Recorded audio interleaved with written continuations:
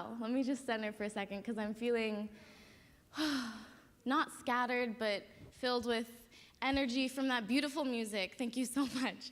I just wanted to share with you guys what CSL has done for me while I've been here, so buckle up. So the first day I walked into the teen room at Center for Spiritual Living, I remember looking around and immediately noting the difference between what I thought church was and what was presented before me. Everyone was sitting in a circle looking at each other, giving themselves attention, giving other people respect, really seeing each other. I was taken aback. I was like, you mean there's a place I go to and I can receive love unconditionally? What? And so I kept coming back. Maya Schaefer introduced me to CSL in early November 2015. I didn't know what I was expecting, but I know what I received. When it became my time to share, I was super anxious.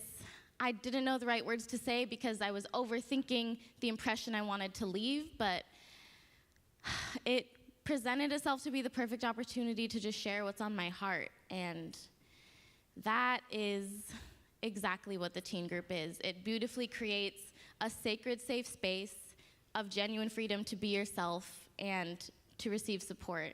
And this family adopted me upon my first day. We ended circle, and I already had people coming up to me, telling me how beautiful they perceived me to be, asking to be my friend, asking me to go to lunch with them, and it wasn't fake. It was genuine, and it was authentic, and it's beautiful what they have here, what we have here. At this time in my attendance in CSL, I was still living 5 hours away in the Methow Valley. I don't know if any of you know where that is, but it's a mob. I would drive over the pass on Saturday and get here on Sunday and go to church and drive back. This was because the love physically pulled me here. There was churches over there, but none of them are the same. This is like a community of love that I had never experienced in my entire life, and I was like, I need to be there to be okay, and that was my new thing. I stayed in contact with everyone. I looked forward to growing spiritually with them and witnessing their beauty, and they became my family just from meeting them here. They taught me how to grow in my self-love and never give up on it. I can honestly say that the teen group has been the first healthy model of unconditional love and non-judgment. In a world where I was taught that I would always be abandoned, I abandoned myself constantly, and this group taught me that you don't have to do that anymore. You can always be there for yourself, and then there's community around you reflecting what you need and being there for you as well.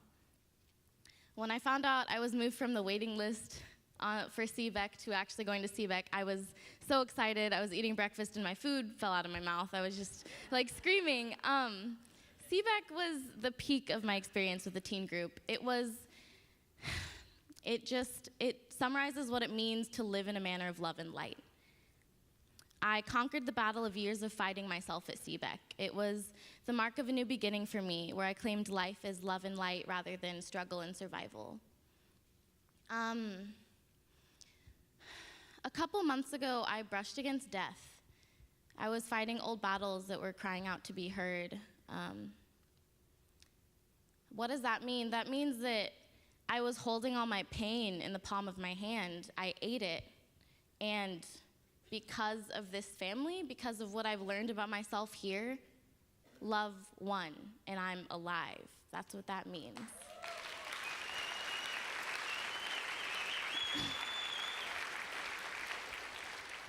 The first person I called in the despair of fear that everything was over was one of my CSL advisors, and he gracefully led me through the process of saving myself with more love and forgiveness than I ever thought I deserved. Where do you get that, you know? Like, you don't fake that, you don't create that. It's real, and it's within you, and it's the connection that you get with others when you're in a loving community, and that's why CSL has changed my life. It's been a trip. The weeks approaching were led by the conscious choice to change the path of my life with a stronger conviction than I'd ever experienced. Some of the things that I did to survive during these hard times were to close my eyes and imagine eye contact with all of my CSL family, to just let their love and light fill me when I didn't have any for myself. And I would imagine a hand on my shoulder of one of them, and a hand on their shoulder, and a hand on their shoulder, until I was just surrounded by love, and I could feel it because I felt it before, and it's real. And this got me through some of the hardest times in my life. Some nights where I thought I was gonna die, I would meditate and know that I was loved and that I was safe and that I was alive. And that's what got me through. CSL taught me meditation, it taught me mindfulness, it taught me self-love and just genuine freedom to be yourself.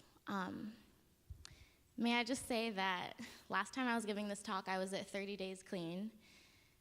Clean from darkness and self-hate, trapping myself away from my potential, and a lot of pain.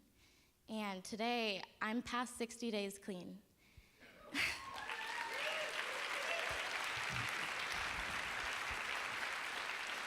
And a lot of that I contribute to my family here at CSL for holding strength for me and knowing how strong I was before I knew it for myself. And now I know how strong I am, and we celebrate together. Just thank you all for being part of my family. I really love you guys, and thank you all for supporting Center for Spiritual Living, because it really, truly changes and transforms people, and this is what the world needs right now. We need love, and we need healing. Thank you.